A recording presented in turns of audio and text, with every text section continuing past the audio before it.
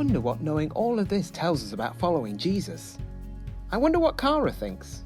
The ocean, and particularly coral reefs, are an amazing place to go to if you just want to be kind of overwhelmed by the diversity on our planet. Just the sheer number of species, you can't even really wrap your head around it. And that's just a tiny part of the world. So it's a great ecosystem to work in if you're wanting to think about biodiversity. For me, as a Christian who believes God created the world, there wasn't just the beauty that came with biodiversity.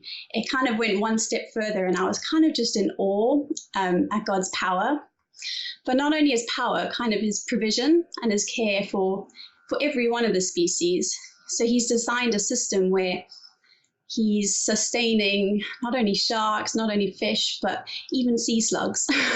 And just kind of seeing that whole community play out where each one of them is provided for and has a place. It's just amazing. The system is just so well designed that it can go on for hundreds and hundreds of years if we weren't putting it in danger. And it just shows how extravagant God's power and his vision is. Wow. Can you tell us more? I wish I'd thought about it sooner, kind of how my faith links into my science as a conservationist, because it's such a rich link. And I don't think I appreciated that when I started. I suppose I put God in a bit of a bubble, thinking he just kind of cared about me and my mind and my spirituality.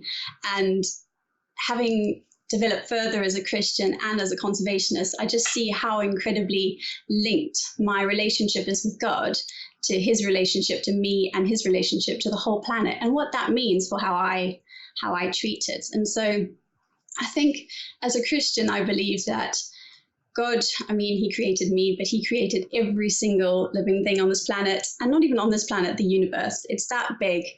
And if he creates it and it belongs to him, which the Bible says it does, it was created through him and for him, then if I love God, then surely I must love what he loves. And he created it to be a certain way. And so as a conservationist, it's just amazing to have that calling that I feel like in some way I'm trying to work for the purposes of God and keeping that system as it should be so that it can function as he wanted it to be. So it's kind of, I suppose in summary, if it's helpful, my love for God based on his love for me just gives me a reason to love the world and to try and keep it healthy.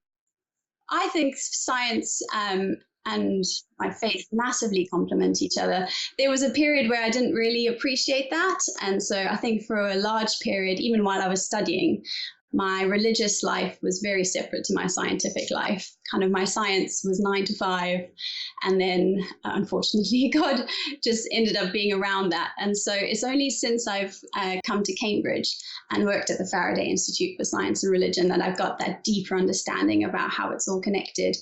And it's just been massively freeing. So there would be a point maybe in my past when I look back where I might have thought, ooh, that area of my life doesn't belong to God, or maybe I shouldn't study that because God might not want me to. But it's just massively freeing knowing that all science, no matter where you go in the universe, you are studying what God created. And so they're massively linked, and they do fuel one another. God cares about the environment, and we need to care for God's world. Thanks, Cara. Bye.